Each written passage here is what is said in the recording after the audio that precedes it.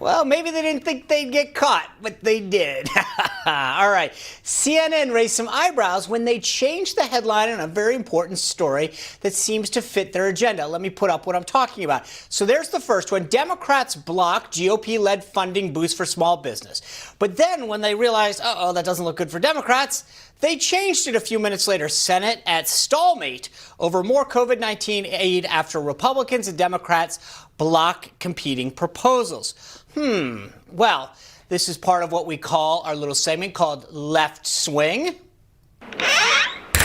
All right, so we're going to bring in our company, former Assistant Administrator for the Small Business Administration, Holly Turner, and Turning Point USA's spokesperson, Rob Smith. Thank you both for being here with us to break this all down. Absolutely. Thanks for having us. All right, guys, here's what I don't know, or I don't get. Did they not think that they were going to get caught when they did this? I mean, we've seen this before at the New York Times. They put up a headline. Clearly, the folks on the left scream and shout and say, oh, my God, you got to change this. And they do. But for all the talk that comes from places like CNN about facts first, and this is an apple and this is a banana and all that, here they are changing a headline that clearly didn't look good for the left to appease their left-end base. Rob, am I wrong on this? No, I think you're absolutely right. And the thing about this is that it's not that they thought that they were going to get away with this. The more insidious thing is that they knew that they were going to get called out by conservative media, Twitter, and conservative media personalities, and that, the left-wing people that they're always trying to promote themselves to just won't care. We've seen this before time and time again. And I think that what you have to understand about this industry right now, the journalism and media industry, these people are not journalists. Journalists are curious about the world. Journalists don't generally have a political bias. Journalists report both sides. These are basically arms of the Democratic Party, and they do the bidding for the DNC at every moment they can. And this is just another example of that. Holly, do you think that there were actually people, I mean, Rob brought it up, but I used to call news organizations, not the RNC, and argue about headlines, because a lot of times that's all people read, right? They don't get all the way down the thing. They read the headline, maybe the sub-headline to capture what the story's all about. Do you think that people from the DNC actually called? I mean, under normal circumstances, yes. I would think they probably have somebody that's in charge of doing that, except they don't have to, because everyone else at CNN is looking at this every day, and they are carrying the water for the party. So I doubt the DNC even had to make a phone call.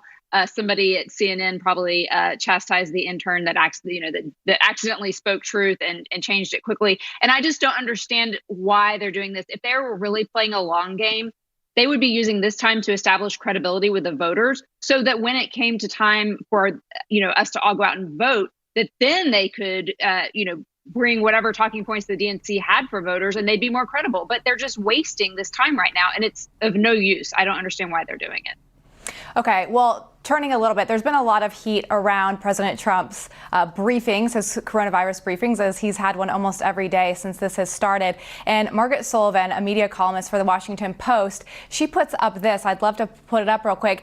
She says that the media must stop live broadcasting Trump's dangerous, destructive coronavirus briefings. He's just using them as a substitute for his rallies. Put them on tape delay so journalists can counter his rush of misinformation. And the interesting thing is Eric Wimple, who also works for the Washington Post, he's a media blogger. He put up this saying, hey, Stephanie Grisham, her invisible tenure, arguing that she wasn't doing enough because she obviously didn't have the briefings, and arguing about that. And now they're not happy that there are briefings. They're not happy either way, it seems like. But, my issue with them is Margaret Sullivan, she ended up retweeting someone today, Carrie Brown, who posted this thing about the public not being able to see coronavirus briefings from the government, saying this is an outcry. How could they do this? Yet she's saying that we shouldn't post the president's briefings, giving the public information about the coronavirus. So is anybody arguing with him saying, hey, you can't have your cake and eat it too. You can't have both sides. It's one way or the other. Why is no one pushing back on them? I'll jump in there. I mean, it's clearly, I mean, this is a pattern that we've seen over and over throughout the president's tenure. I mean, if he does speak and he does hold a press conference, he gets lambasted by the media for actually speaking, and he's not being accurate with his words and he's spreading misinformation. He's using this to his political advantage. If he misses any opportunity to speak, then they tell him that he's an absent president and that he's not leading the nation. So he can't win on this at all. Rob, what do you think? Well, I think that a lot of these types are mad that we're having the briefings and that people are actually going to the briefings to get their information. So what the president is doing is he's subverting the leftist media's attempts to kind of paint him as the villain in all of this stuff, right? So if he goes out there, he gives the American public the truth. If he's backed up with the medical experts right there, the people are getting their information from that and not from these massively left-wing outlets. And so that's what I think that they're the most upset about. Notice that the one columnist, she said that these briefings are dangerous. Dangerous is the left's favorite word to use when they cannot control the conversation, and they're angry that they can't control the conversation because the president's having these briefings that are very successful.